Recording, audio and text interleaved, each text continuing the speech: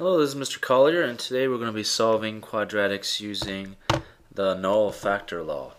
So the Null Factor Law basically states that if you have two numbers multiplied to give you 0, then either the first number or the second number has to be 0, or they both have to be 0. So it's stated like this algebraically. If A times B equals 0, then A equals 0, and or B equals 0. So one of those two, or both of them, have to be 0. Okay, so for example, if you have 4 times x equals 0, then one of these two has to be 0, so obviously x has to be 0. That's a very simple equation right there. So also if you have something like 2 times x minus 1 equals 0, then obviously 2 is not 0, so x minus 1 has to be equal to 0, and x has to be equal to 1. So we can use the null factor law to figure out, to solve equations and figure out what x is, because we know that one of the factors has to be 0. So we're going to do that with a couple of equations now. Okay, so here's a few quadratic equations, and they're all different. There's a different way to factor them, and we're going to solve them all using the null factor law. So firstly, with the null factor law, we need 0 on one side of the equation. So we have 0 on one side of the equation. Here we have 0, here we have 0, and here we do not have 0. So the first thing we need to do in this equation is subtract 6 from both sides of the equation so that we get 0 on one side. We need that in order to solve. Okay, so now I have 0 on all of these equations on one side of each equation. So I can solve these equations using the null factor law. So in the first equation, now firstly, whenever we're doing factoring, we should factor out a GCF. So if you can find a GCF, factor it out. And I think we'll factor out here, the GCF is 5x. Okay, between 5 and 10, the GCF is 5. The smallest power of x is x to the power of 1, so that's what we're going to factor out. And 5 to the power of x times what will give me 5 to the power of x? Well, that will be 1. And 5 times x times what will give me 10x squared? That will be 2x. Okay, so that works out. So now I know that using my null factor law, and let me rewrite this kind of like this. So this is something times something equals 0.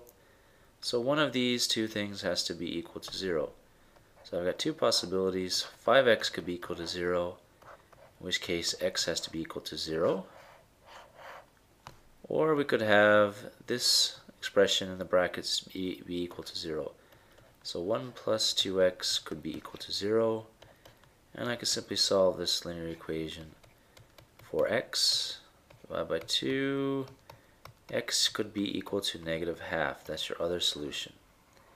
So we have two solutions for this quadratic, which is often the case for a quadratic. Because we have x squared, there can be up to two possible different solutions. Okay, in the next equation, I have a trinomial. We have three terms, an x squared term, an x term, and a constant. So we can factor this using our method of trying to find out two numbers that multiply give you negative 6 and add to give you negative 5. Okay? So if we look closely at this, two numbers that give you a product of negative 6 and a sum of negative 5. We can try negative 2 times 3, 2 times negative 3, 1 times negative 6, negative 1 times 6. And which ones will give you a sum of negative 5? Only this one here will give you a sum of negative 5. Okay? So that will be 1 plus negative 6. That will give you negative 5. So we have to use these numbers, so let me do that up here. We'll have x plus 1 times x minus 6 equals 0.